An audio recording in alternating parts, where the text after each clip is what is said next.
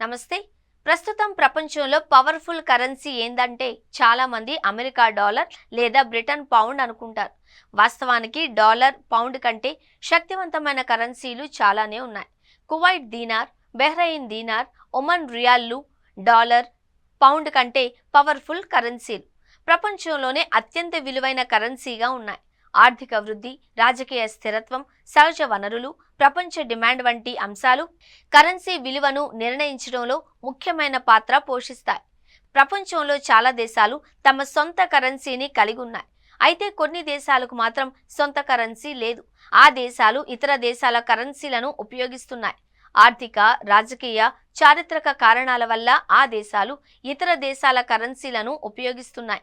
దీనివల్ల కొన్ని ప్రయోజనాలు ఉన్నప్పటికీ కొన్ని ప్రతికూలతలు కూడా ఉన్నాయి.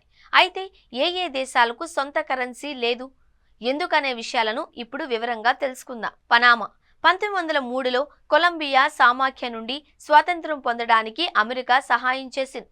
అప్పటి నుంచి పనామా ఆర్థిక వ్యవస్థ పూర్తిగా అమెరికా కరెన్సీ అయిన డాలర్పై ఆధారపడి ఉంది.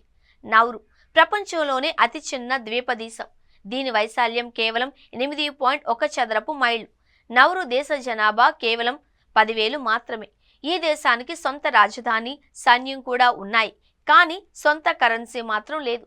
ఈ దేశం మొదట జర్మనీ ఆధీనంలో ఉండేది. మొదటి ప్రపంచ యుద్ధంలో ఆస్ట్రేలియా, ఇతర మిత్రరాజ్యాల దేశాలు దీనిని విముక్తి చేశాయి. అప్పటి నుండి ఆస్ట్రేలియన్ కరెన్సీ అయిన డాలర్ ఇక్కడ చలామణిలో ఉంది. దక్షిణ అమెరికా దేశమైన ఈక్వెడార్ ఆర్థిక వ్యవస్థ ప్రధానంగా చమురు ఉత్పత్తిపై ఆధారపడి ఉంటుంది. అయితే 2000లో చమురు ఉత్పత్తి చాలా తక్కువగా ఉండడం వలన ఆర్థిక సంక్షోభం ఏర్పడింది. ఫలితంగా ఇతర దేశాల నుండి అప్పులు తీసుకోవడం వల్ల ఆ దేశ కరెన్సీ క్రమంగా అయిపోయింది. అప్పటి నుండి అమెరికన్ కరెన్సీ అయిన డాలర్ ఈక్వెడార్లో చలామణిలో ఉంది. ఆఫ్రికా దేశమైన జింబాబ్వే 2009లో తీవ్ర ఆర్థిక సంక్షోభాన్ని ఎదుర్కొంది. అధిక అప్పుల కారణంగా ఈ దేశం దగ్గర డబ్బు లేకుండా పోయింది. అప్పటి నుండి రాండ్, పౌండ్, రూపాయి, డాలర్, యెన్, యూరో మొదలైన ఇతర దేశాల కరెన్సీలు ఇక్కడ చలామణిలో ఉన్నాయి.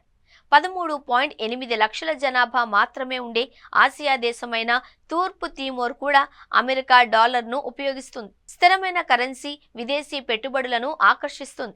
ఇతర దేశాల స్థిరమైన కరెన్సీని ఉపయోగించడం వల్ల ద్రవ్యోల్బణం, మారకపు రేటు అస్థిరతను తగ్గించవచ్చు. ఒకే కరెన్సీని ఉపయోగించడం వల్ల అంతర్జాతీయ వాణిజ్యం సులభమవుతుంది.